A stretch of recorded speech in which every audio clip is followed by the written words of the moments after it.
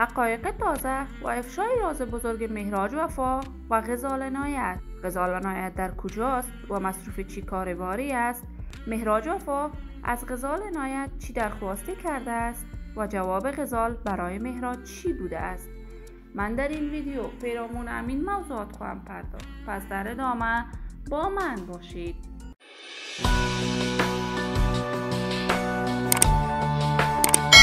سلام، شما را خوش آمدید میگم به یکی دیگر از ویدیوهای جذاب کانال دنیا اینفو. برای حمایت از من علامت سابسکرایب را فشار بدید تا از ویدیوهای دیگر کانال من هم آگاه شوید. مهراج وفا هنرمند محلی خوان، نام آشنا و صدای شناخته شده در میان هنرمندان محلی خوان و تازه کار کشور ماست. مهراج کارهای هنری خود را قبل از تغییر رژیم حاکم در افغانستان آغاز کرد و در مدت بسیار کوتاهی با سرودن آهنگ مهتاب می شود نو به اوج شهرت هنری رسید.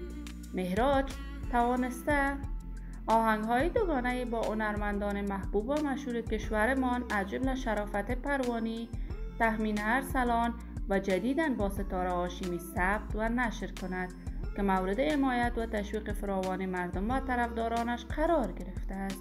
مهراج اکنون در کشور ایران است ولی رفت آمدهای هنری به کشور تاجیکستان و ازبکستان هم دارد.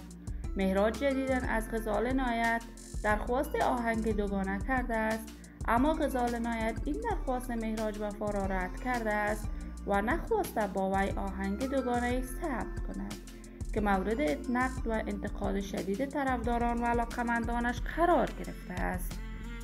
غزال عنایت اکنون در ترکیه است و مصروف کارهای هنری خود می باشد و جدیداً اعلانات را در صفحات مجازیش نشر کرده است که تازه ترین کنسرتش با تمنا تابش در کشور کانادا برگزار خواهد شد.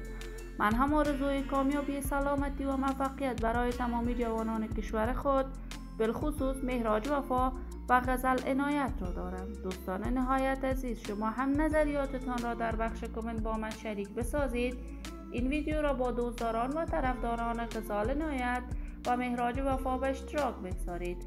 اگر تا هنوز دوست کانال من نشدید، پس برای حمایت از خواهرتان علامت سابسکرایب را فشار دهید، ویدیوهای من را لایک نموده و با دوستان خود به اشتراک بگذارید. سلامتی شما عزیزان آرزوی من است. تا درود دیگر، بدرود.